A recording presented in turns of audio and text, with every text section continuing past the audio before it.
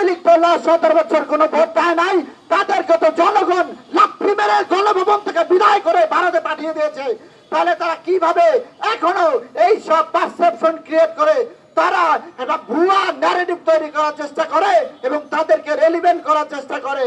আওয়ামী লীগের প্রশ্ন যদি আবারও আসে, সাধারণ জনগণ, ছাত্র জনতা আবু সাইদের মতো দুই হাত প্রসারিত করে আবার রাস্তায় দাঁড়াবে এবং আওয়ামী লীগকে সুষ্ঠু বিচারের মাধ্যমে বাংলাদেশের রাজনীতি থেকে বাতিল করা হবে।